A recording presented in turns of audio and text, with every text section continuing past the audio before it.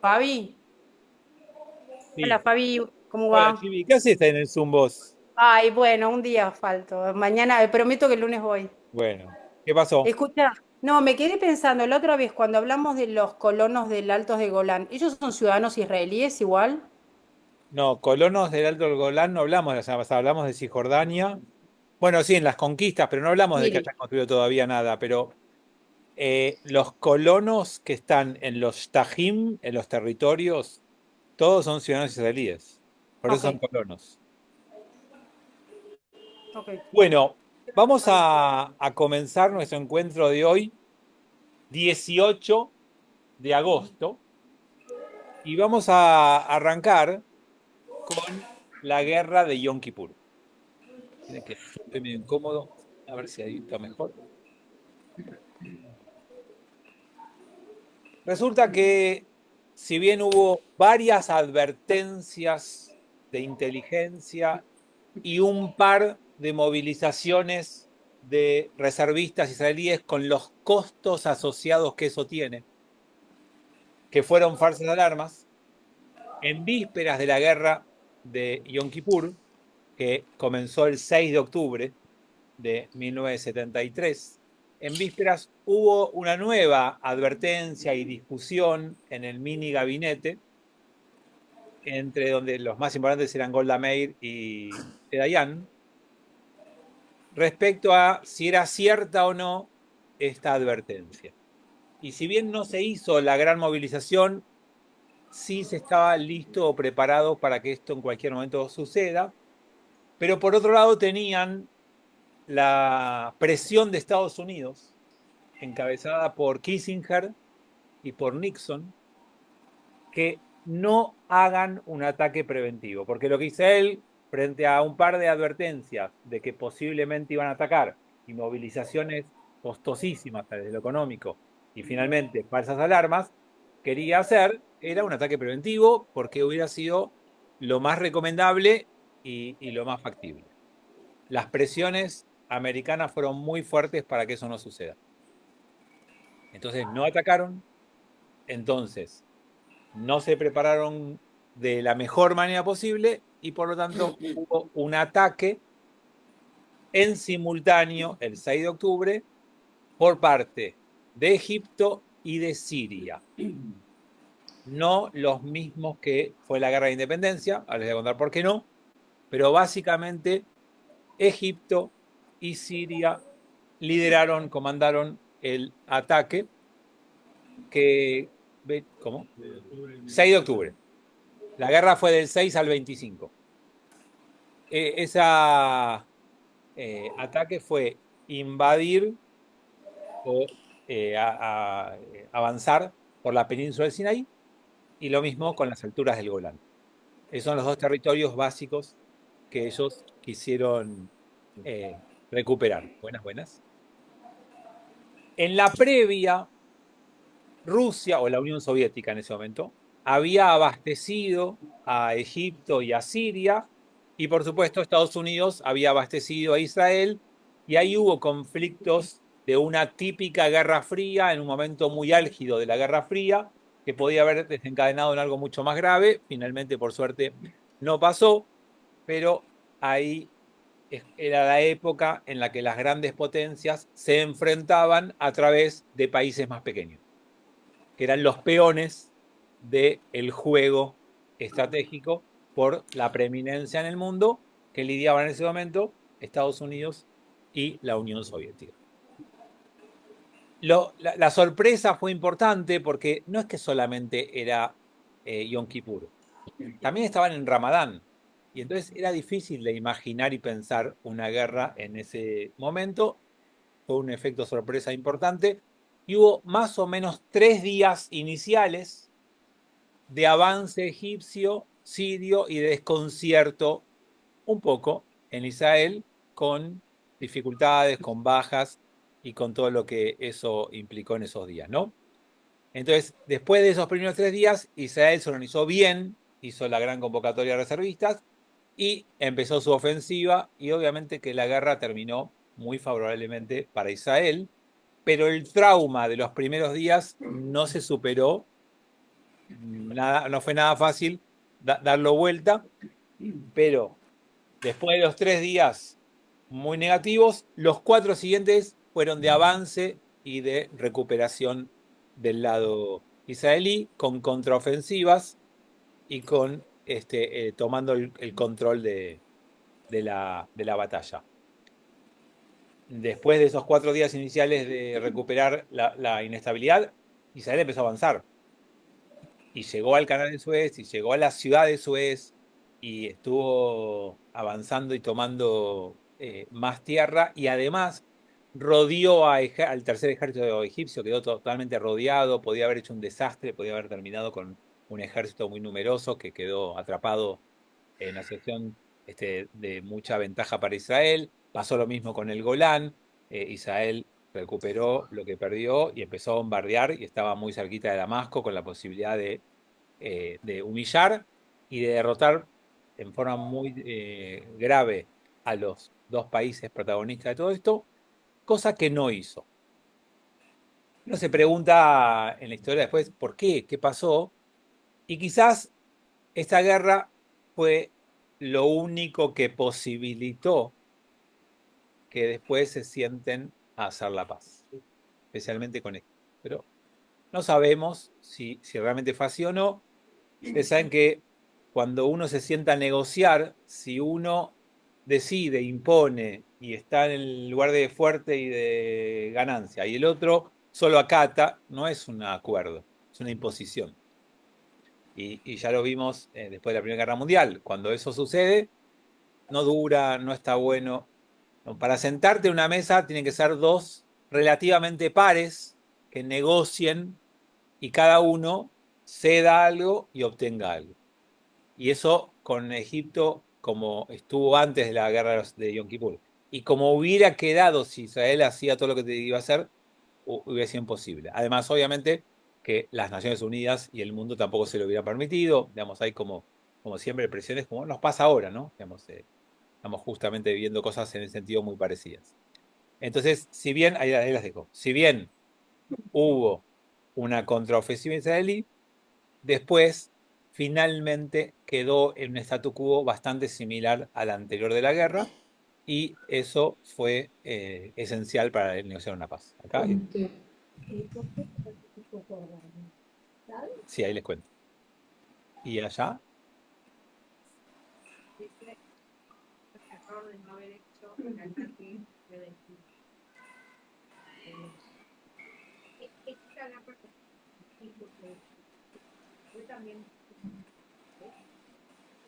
No, no, porque ya en la guerra de los 6 días había habido un ataque preventivo. No es que nunca se les había ocurrido. Acá no lo hicieron, lo traté de explicar al principio, por la presión de Estados Unidos. Que en este caso, sí, sí, de aliado y de principal proveedor de armas y digamos, por eso dije, era como un enfrentamiento entre la Unión Soviética y Estados Unidos, con una superpotencia de cada lado.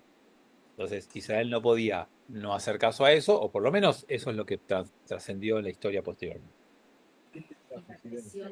La presión ahí de Estados Unidos. No, no.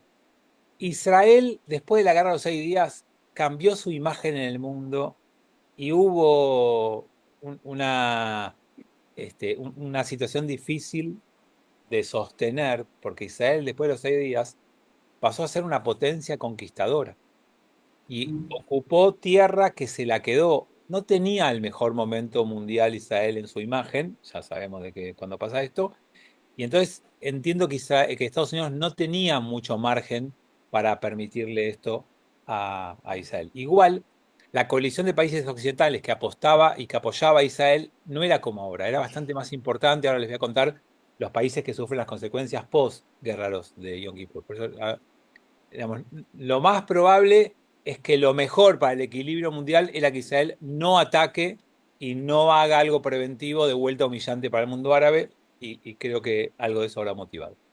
¿La presidenta en Egipto, la de Nasser también?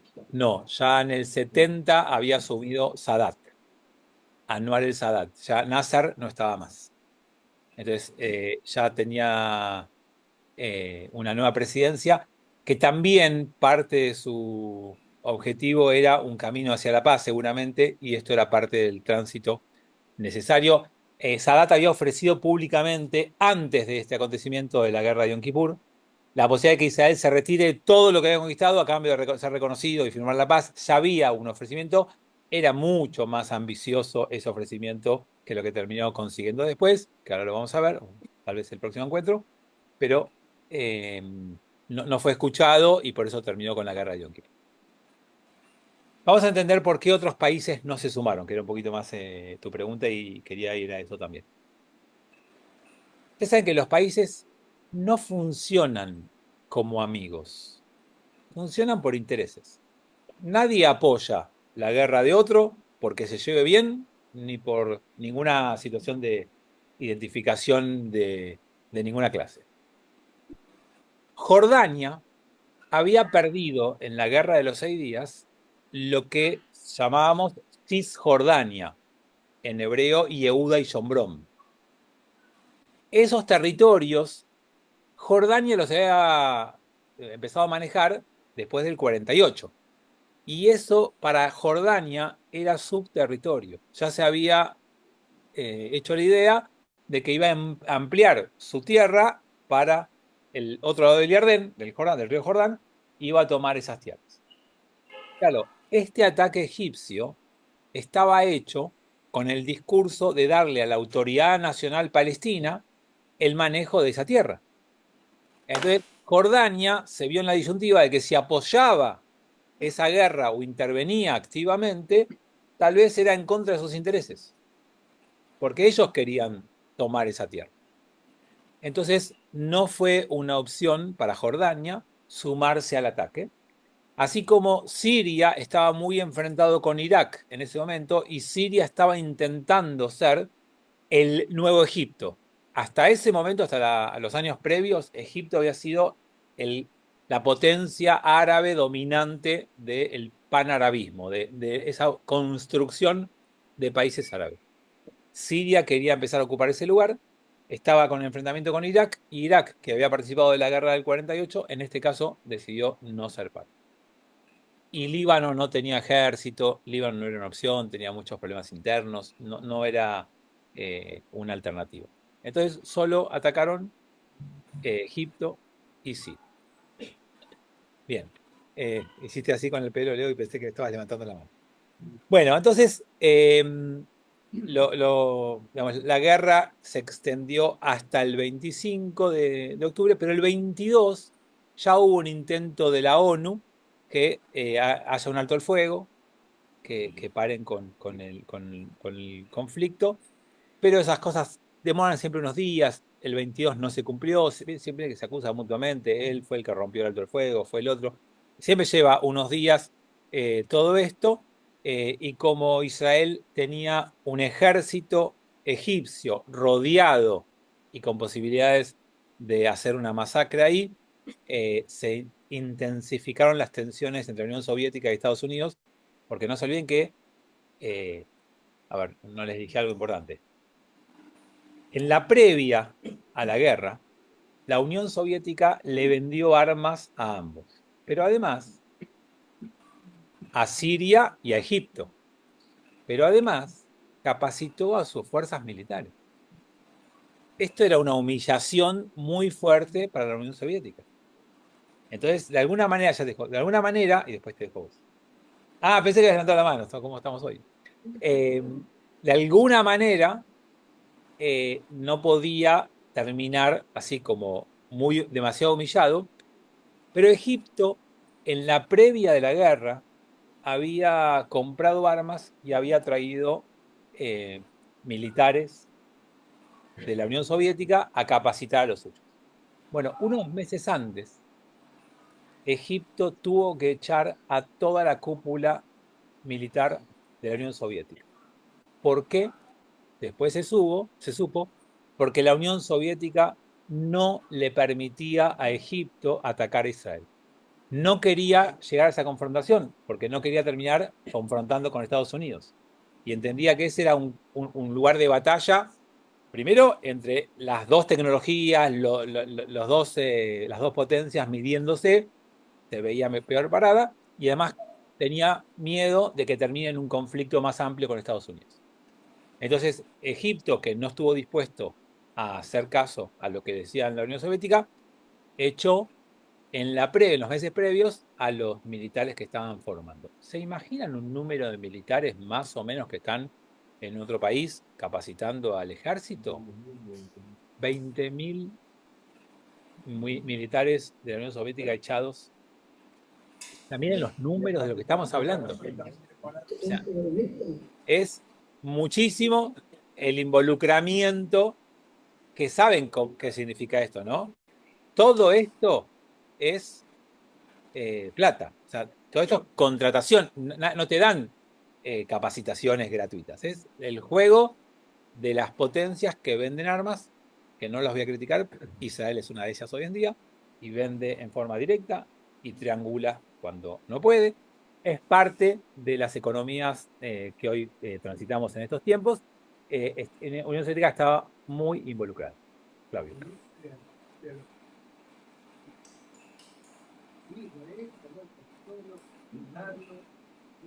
No, el objetivo era recuperar las tierras que Israel ocupó en la Guerra de los 6 días, que fue 6 años antes. O sea, ese era el objetivo de esos ataques, ¿no? Entonces, finalmente se logra un armisticio, no un tratado de paz, no hay nada, un alto el fuego, una vuelta al statu quo anterior, eh, y simplemente podemos decir que cuando termina este conflicto, Israel parece derrotado y Egipto parece victorioso. Y básicamente fue producto de los primeros días de la guerra y de la primera vez que le pasó a Israel, que lo atacaban por sorpresa y que había unos días iniciales donde Israel perdía el control.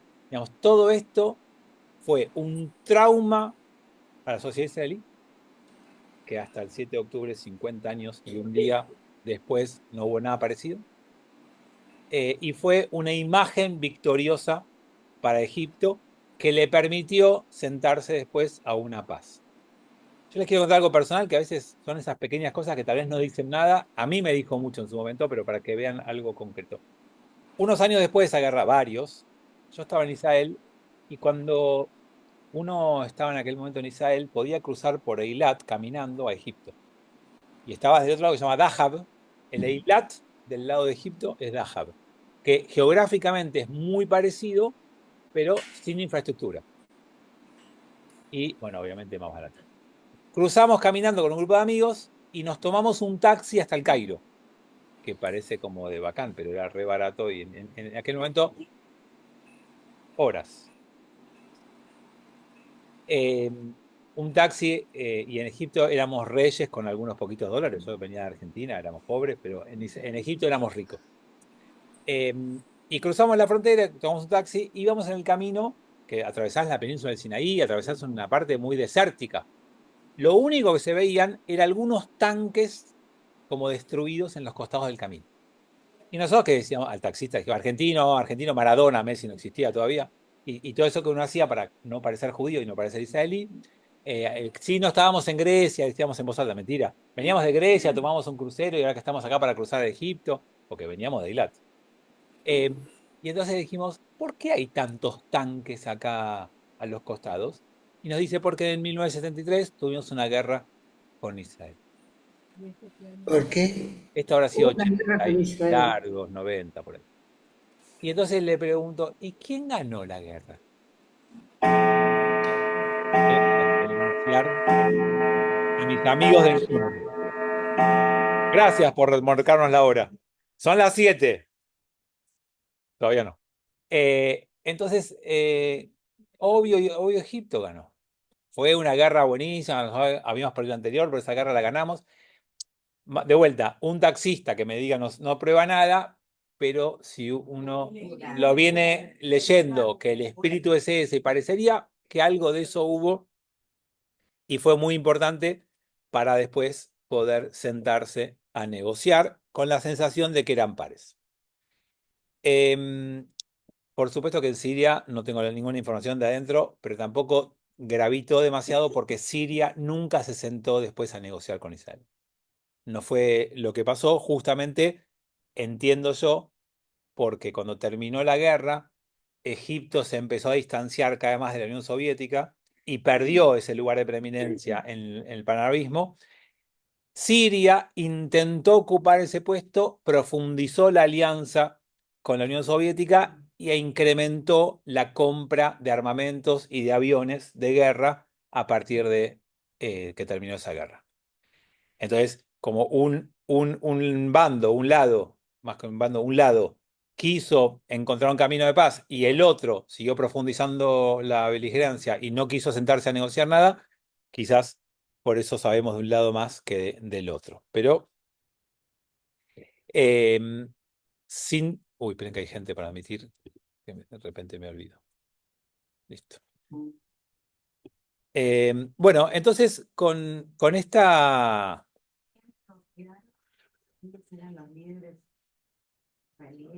¿De qué negociación? Todavía no hablamos de ninguna negociación.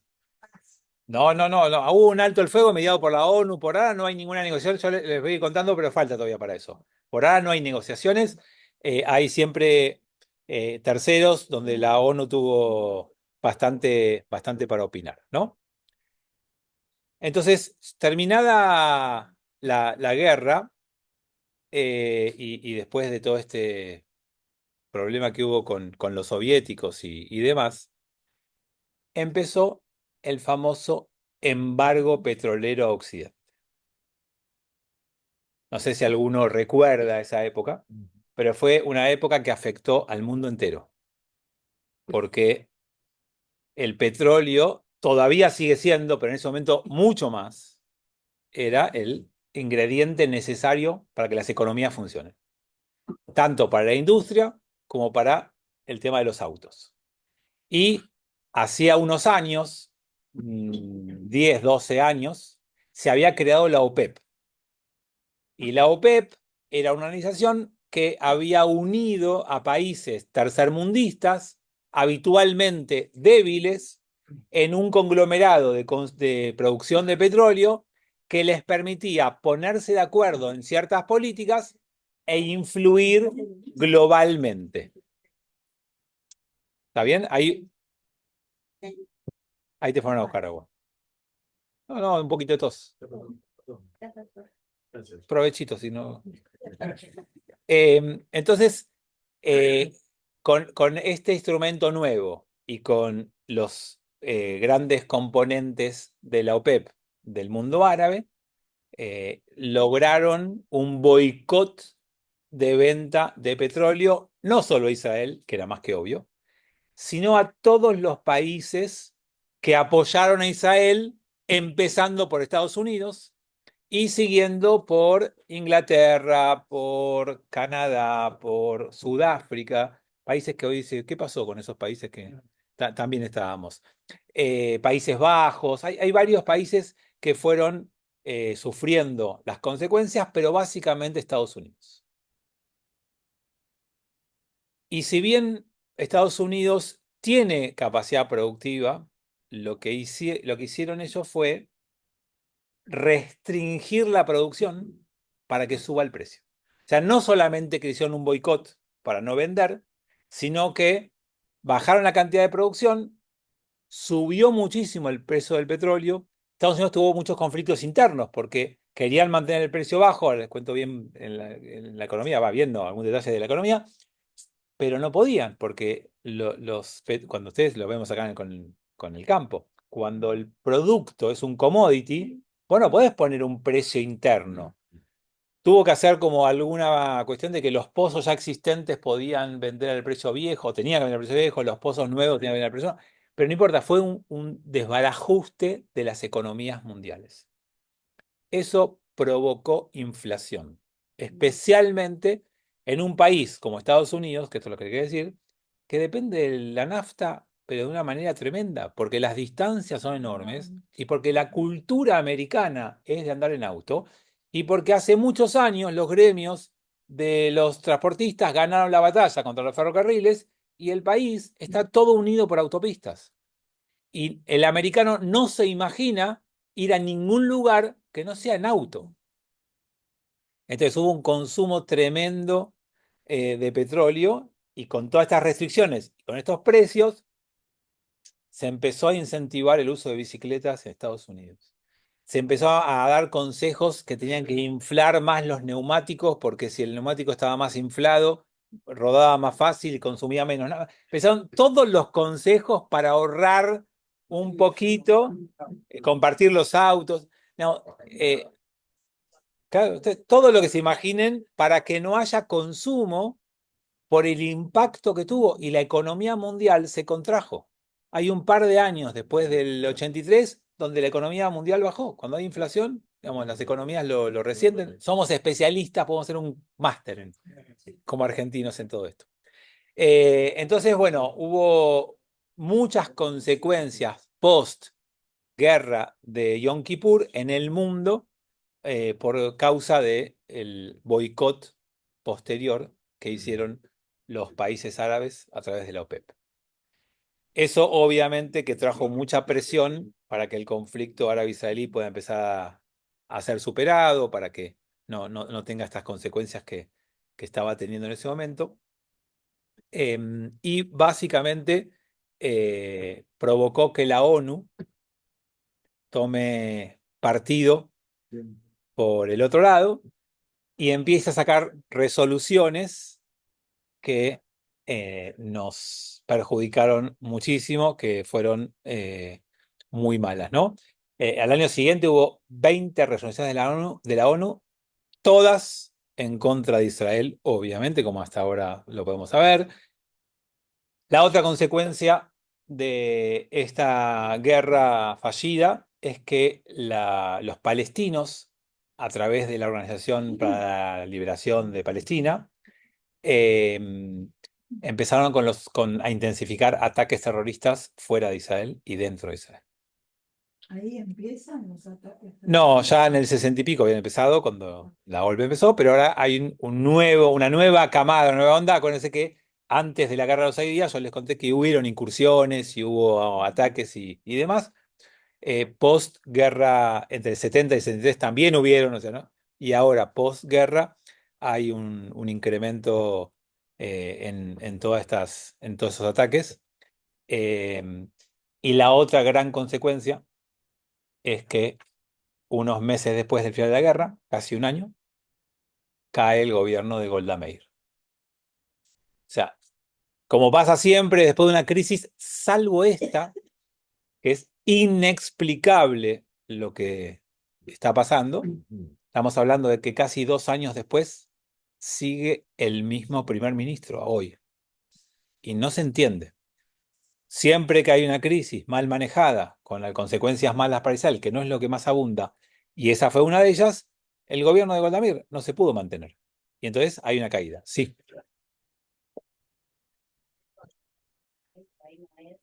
La guerra actual de toda la población israelí está de acuerdo a diferencia de lo que pasó el 7 de octubre con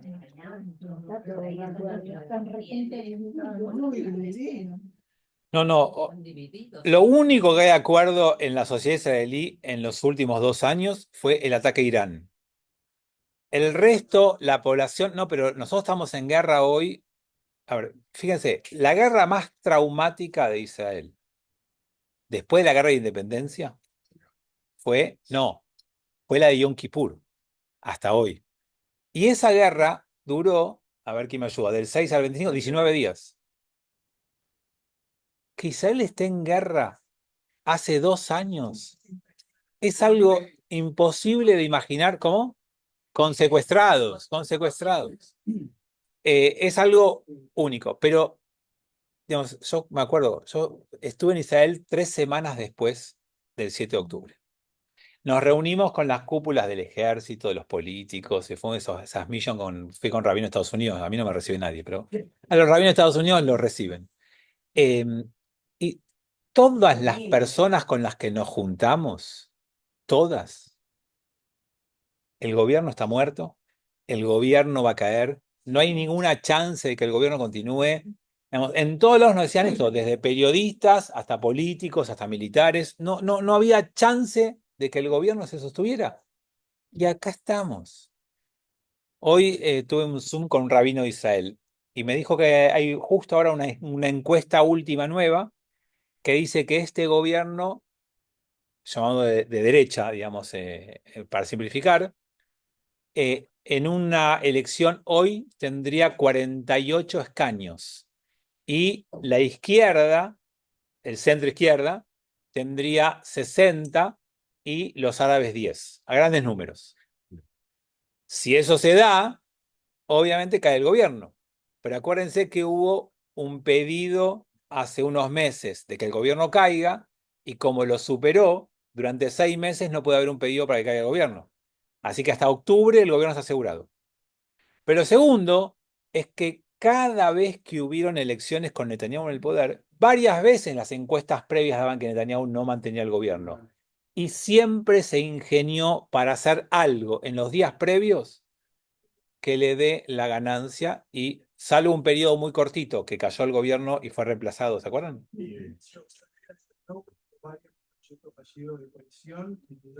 Nada. Por ahí el temor es, después de esto, ¿qué? ¿No? Bueno, el liderazgo de Netanyahu es increíble. sí, le pregunté quién es el líder mejor posicionado. Me dijo, Benny Gantz cayó totalmente. El mejor posicionado es Bennett. Bennett. O sea que es, sí, es más centro-derecha, es más centro si quieren. De todos los que hay, es más, el más de derecha como alternativa. Pero aparte fue el único que no entró al gobierno. Porque Benny Gantz, y me está faltando un nombre más, y Yair Lapid. Los dos estuvieron en el gobierno o están en el gobierno y eso los perjudicó un montón. Y Bennett dijo, yo me quedo afuera, estoy a disposición para lo que quieran, y empezó a hacer mucho trabajo de apoyo a los familiares de los secuestrados, a los soldados, pero desde afuera del gobierno. Y aparentemente esa fue la mejor estrategia para quedar mejor posicionado ahora. Pero como les dije, y me dijo el rabino de la mañana, en Israel esto es una foto, la película puede ser totalmente distinta. Esa es la última foto que me pasaron hoy a la mañana de la situación de encuestas. Pero bueno, volviendo a lo que estamos hablando. El gobierno cae. Porque hay mucha crítica en Israel y no hay claridad respecto a si fue bien manejada o no fue bien manejada la previa a la guerra de Yom Kippur. Incluso en algún momento circuló una versión que creo que está absolutamente desmentida, pero como la leí alguna vez, la comparto, que dice que Golda Meir tenía información del ataque 6 horas antes y que no hizo nada para que poder después sentarse con Egipto a negociar la paz. Yo no lo creo y en alguna de las series que vi, las muchas series que vi del tema, hay otra versión que dice que hubo un agente de contrainteligencia infiltrado que le brindaba información, pero que finalmente lo que hizo fue desgastar las previas con información falsa para que cuando llegue la advertencia real no se la escuche y haya más impacto inicial. La verdad que desconozco exactamente los detalles. Lo que sí les puedo garantizar es que el gobierno cayó. Uy, se me estoy quedando sin batería, pero que aguante. Que el gobierno cayó y que a partir de esa caída del gobierno se convocaron a elecciones y ganó, ¿quién asume por primera vez? Itzhak Rabin. Moshe Dayan, ¿no? Sí, también. Plaza. Martín, no te puedo escuchar.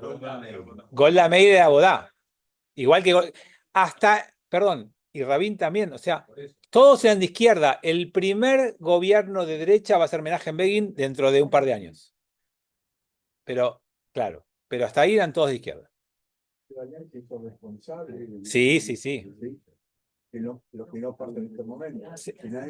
Bueno, Bueno, esperá, acá dice que, no sé si se escuchó, que Moshe Dayan se hizo responsable. Hoy el jefe del ejército y el jefe del Mossad, previos, los que estaban en el 7 de octubre, renunciaron haciéndose responsables. El único que no se hizo responsable es el líder político. Pero el resto de los liderazgos de Israel asumieron la responsabilidad y renunciaron. O sea, eso es algo bastante común en Israel. Tenemos pocas experiencias por suerte, pero pasa, porque esto obviamente no es un tema menor. Bueno, ahora quiero dedicarle un segundo a algo que pasó en el post-post 1975, y es que hubo una resolución de las Naciones Unidas Siempre a favor de que igualó sionismo y racismo. Y esa resolución nos trajo muchísimo, muchísimo antisemitismo y tiene su resabio hasta el día de hoy. Por eso me quiero dedicar un ratito a esto. Votaron en las Naciones Unidas, no me acuerdo exactamente, pero algo así como 72 a favor y 35 en contra. Más o menos esos fueron los números de una resolución que condena al sionismo por ser racismo. Ahora vamos a hablar de eso. Porque eso fue en el 75. En 1991, en otra asamblea de las Naciones Unidas, se revocó esa resolución. Ese dato no lo tiene ninguna persona del mundo que nos siga acusando de que sionismo es racismo. Pero igual es inentendible que hayan aprobado esa resolución y que ahora la sigan sosteniendo. Entonces quiero dedicarme un poquito a hablar de eso porque creo que es algo que empezó en esa época y sigue vigente hasta el día de hoy. En la ONU. No, la ONU no existe, o sea, son los países que la conforman y hay una cantidad de países importantes que por alguna razón, que no va a ser fácil de poner en palabras ni definir en poco tiempo, por alguna razón necesita culpar al pueblo judío o a Israel de alguna situación grave como esta. A ver, lo primero para decirles es entender, ya lo vimos en algún curso de historia, ¿qué es sionismo? Porque sionismo igual a racismo. Bueno, ¿qué es sionismo? Ya lo vimos. El sionismo es el movimiento político, porque acá hablan de la dimensión política, el movimiento político que intenta llevar a los judíos de vuelta a la tierra de Israel para que no tengan que depender de una fuerza o de un gobierno externo para la supervivencia. Hay que entender que el sionismo nace con el intento de ser un país como los demás. O sea, la conclusión es, mientras nosotros no tengamos nuestro propio país como los demás, nos van a seguir persiguiendo, nos van a seguir expulsando, nos van a seguir matando. La única forma de que eso no pase más es que igualemos el concierto de las naciones. Entonces, así como varios países, a partir del nacionalismo del siglo XVIII y XIX, empezaron a conformar naciones, nosotros buscamos lo mismo. Pero somos la única nación que nunca fue aceptada con legitimidad. Y permanentemente nos cuestionan si está bien que tengamos una nación, si está bien que esté en ese lugar, si tenemos derecho a la existencia, y hay que justificar la existencia todo el tiempo. Entonces, ese enunciado, para mí, es el punto de quiebre del mundo con la Shoah. De la Shoah hasta ahí, el judío había sufrido tanto que nadie se animaba a criticarnos, a seguir persiguiéndonos, a demandar, salvo que hubo un pogrom en Polonia, ¿saben? ¿Se acuerdan? Lo vimos acá. 1946, después de la Shoah, hubo un pogrom en Polonia. Casos aislados, pero es como que el mundo tenía tanta culpa que no hizo más nada contra los judíos. A partir de 1975, con la resolución de la ONU, entiendo que empieza a cambiar eso y hasta el día de hoy, ya lo escucharon 1000 veces, el antisemitismo tomó la forma de anti-israelismo para que de esa manera sea más políticamente correcto. Y creo que eso fue la realidad judía israelí del mundo, de 1975 al 15 20 de octubre del 2023. Creo que a partir de ese momento ya no hay más disimulo, ya es más antisemitismo general. Pero hubo un periodo que va de 75 al 2023 donde no se hablaba de antisemitismo y se lo reemplazó por antisionismo. A mí me parece que el objetivo es invalidar el concepto de pueblo. Los que tienen derecho a la tierra son los pueblos. Los judíos no son un pueblo, son una religión y que tienen que asimilarse a las culturas en donde viven.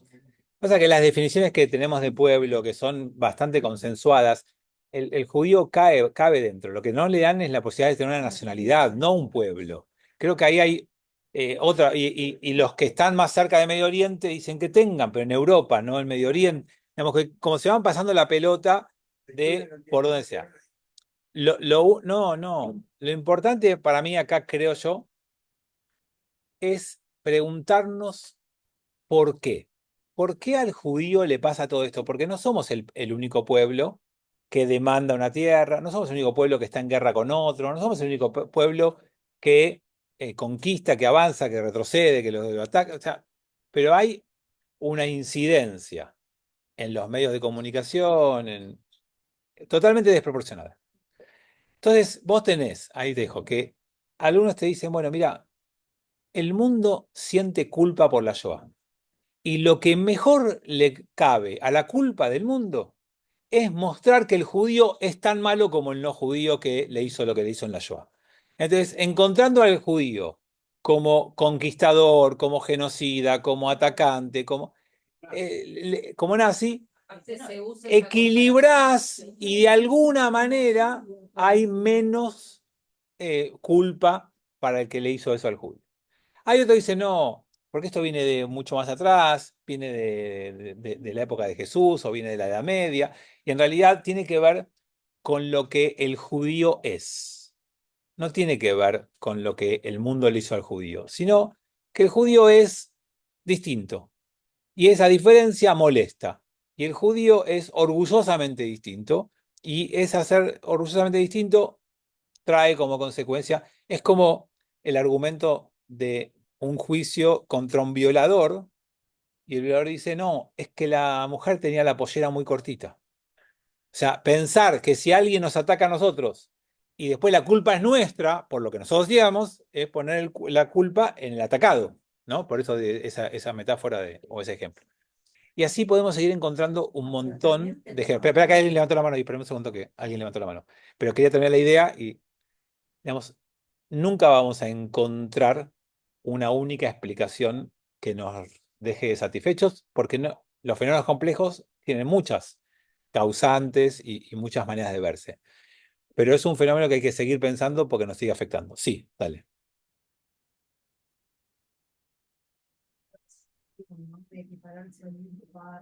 Sí.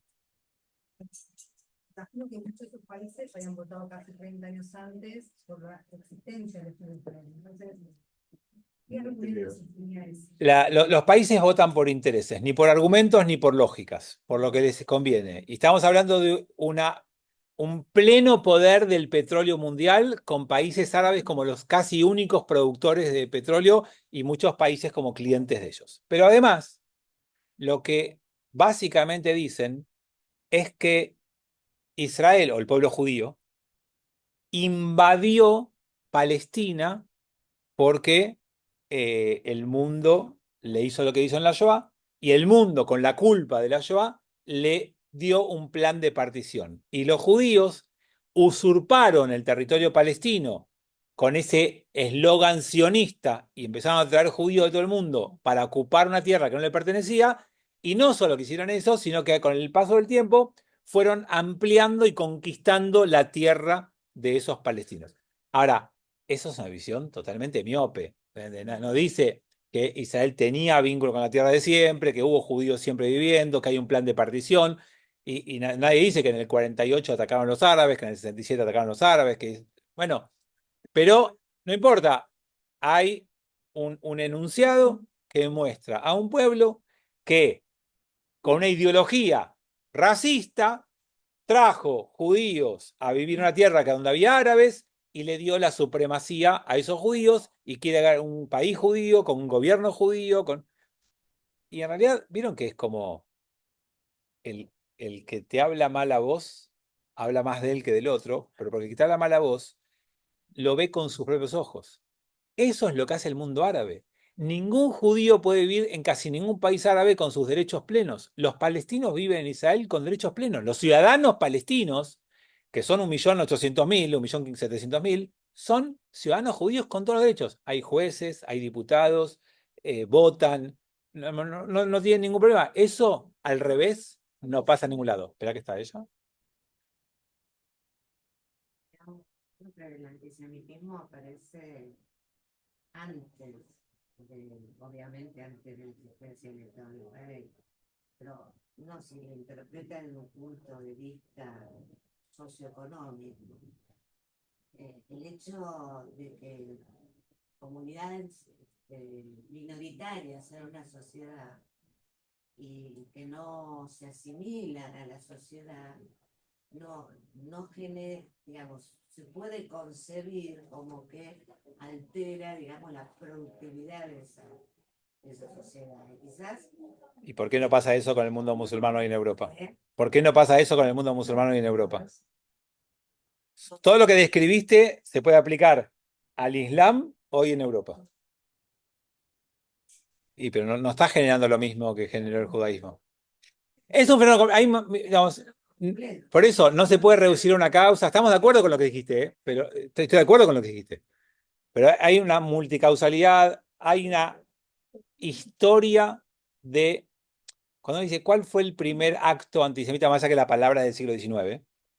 Antisemitismo, que la puso un periodista en 1886, por ahí más o menos. El fenómeno, uno puede decir, ¿se remonta a quién? Porque en Egipto, en Mitzrayim, en lo que dice la Torá, no podríamos hablar de antisemitismo. Pero el primer caso que tenemos es el de Esther. En la historia de Purim, Mordejai. ¿Por qué? Porque un judío no se quiso arrodillar y todos los judíos eran culpables. Eso es antisemitismo.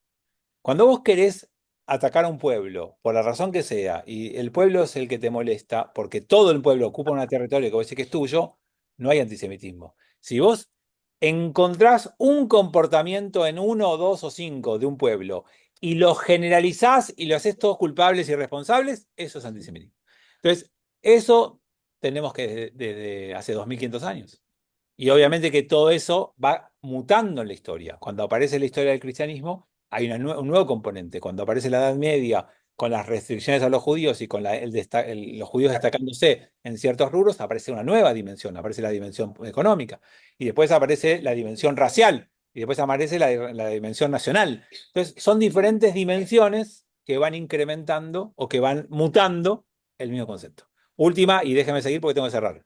Parte de periodismo que está completamente en contra, es uno de los puntos en contra de Israel completamente, porque todos estarían pagados para hablar mal constantemente, porque no hay ¿cómo te digo? Un centro de periodismo que te diga, no, Israel tiene razón. No lo veo así. Hay medios de comunicación que son para un lado y para el otro, sobre todo en la grieta que tenemos hoy. Los medios más de derecha tienen una postura más pro, los de la izquierda tienen otra. Los medios globales en general están más copados con capitales. Nosotros creemos que somos los dueños del mundo, pero no lo digamos muy fuerte, pero no somos. Y tenemos un poder económico muy limitado. Ya lo vimos, somos 1 cada 100 musulmanes. Entonces, el poder económico que tiene la CNN y los capitales árabes para influir en no los comparamos con nada. O sea, no nos creamos una película que no somos. Porque si no, se juntarían 10 judíos, comprarían CNN, se juntarían 10 judíos, harían un Al Jazeera nuestro, y se juntarían otros 10 judíos y comprarían Fox, pero no existe, no tenemos la capacidad, no tenemos la posibilidad. Somos un pequeño grupo en el mundo, por supuesto, con mucho... Nos destacamos mucho, pero hasta ahí tiene su límite. Armando, última, dale. Sí, vos dijiste que una de las causas del antisemitismo es que somos distintos. ¿Distintos de qué manera? ¿Cómo lo entiendo eso? Cuando decís que ellos dicen que somos distintos. ¿Distintos en qué? Somos el único pueblo que desde la antigüedad hasta acá mantiene su creencia, su forma de ser, a pesar de que dentro nuestro surgió una gran mayoría que siguió al cristianismo y después muy cerquita nuestro surgió otra gran mayoría que siguió al islam. Y nosotros, pequeños, chiquititos, nos aferramos a ser los verdaderos dueños de esa tradición que dos grandes monstruos, a nivel cantidad de gente, nos quieren decir que estamos equivocados y nosotros nos mantenemos en nuestra particularidad, a pesar de que, en términos de ellos, la historia tenía que demostrarte que estás equivocado porque hay 2.000 millones de musulmanes o de cristianos, hay 1.800, 1.700 millones de musulmanes, hay un montón de gente con éxito de todo tipo que debía mostrarte que estás equivocado. Pero no me quiero detener en eso porque me falta un tema más que quiero, antes de cerrar hoy, que es qué pasó después. Y después pasó el acontecimiento más famoso de un grupo que trabaja y pelea por la liberación palestina, comete el atentado más famoso de aquel momento, que fue 1976, junio, 27 de junio, si no me equivoco, un avión de Air France que terminó tomado por terroristas y que aterrizó en Libia primero y en Uganda. Después, Operación Entebbe, que todos lo conocen, todos saben, pero es un último tema que quería ver hoy, donde 248 personas del avión cayeron tomadas por un grupo terrorista que finalmente, como les dije, terminaron en Uganda, en un lugar muy cerquita de la capital, llamado Entebbe,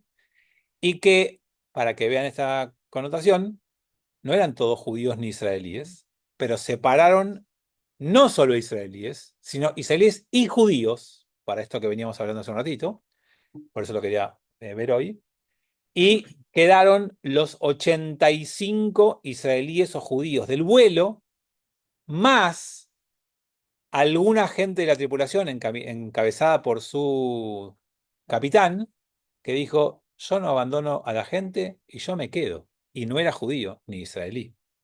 Y gran parte de la tripulación hizo exactamente lo mismo. Entonces quedaron 103, 105, no recuerdo exacto, pero por ahí 100 poquitos. Hubo una monja que se quiso quedar con el mismo argumento, pero la obligaron a subirse al vuelo que se llevó al resto.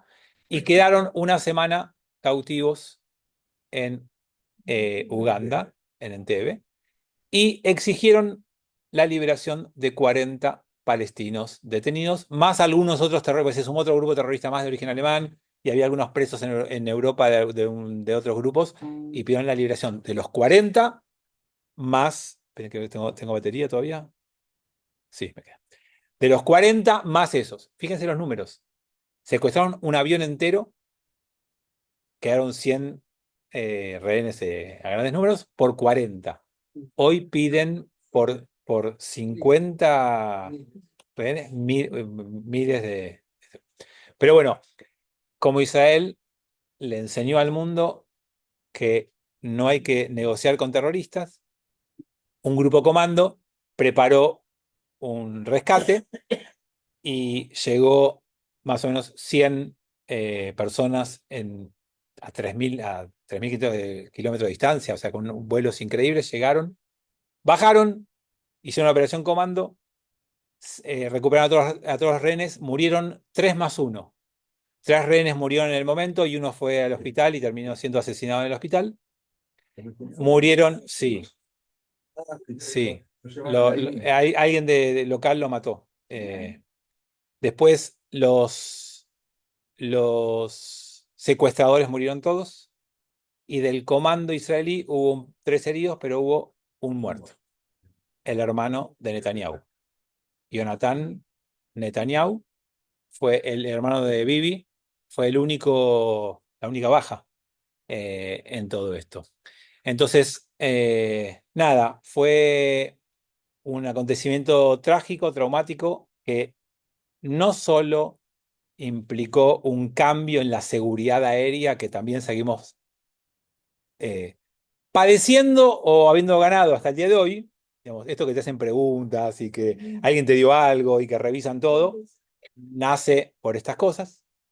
Y también fue un gran orgullo para el mundo judío el éxito tremendo de esta operación. Y ahí ya Israel, después de la guerra de los 6 días y después de esta operación, se transformó en ejemplo mundial. Estados Unidos formó batallones en imitación al nuestro, post Entebbe. O sea, fue algo realmente milagroso o que demuestra lo que Israel puede lograr. El que quiere ver el avión, está en el Museo Aeronáutico en Beersheba. Ok. Bueno, les agradezco. Estamos terminando la década del 70. Vamos a seguir avanzando. Vamos a empezar a ver el próximo encuentro el gran cambio político de Israel y los primeros acuerdos de paz y cómo se negociaron. Así que eso va a ser nuestro próximo encuentro, que será el lunes que viene. Gracias. Chau, chau. La guerra de los 6 días.